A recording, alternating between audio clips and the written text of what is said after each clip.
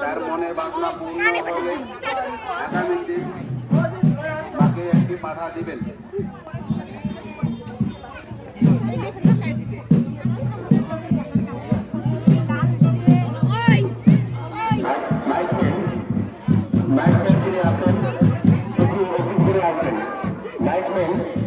তিনি আপনার একটু অভিন ঘরে আনবেন।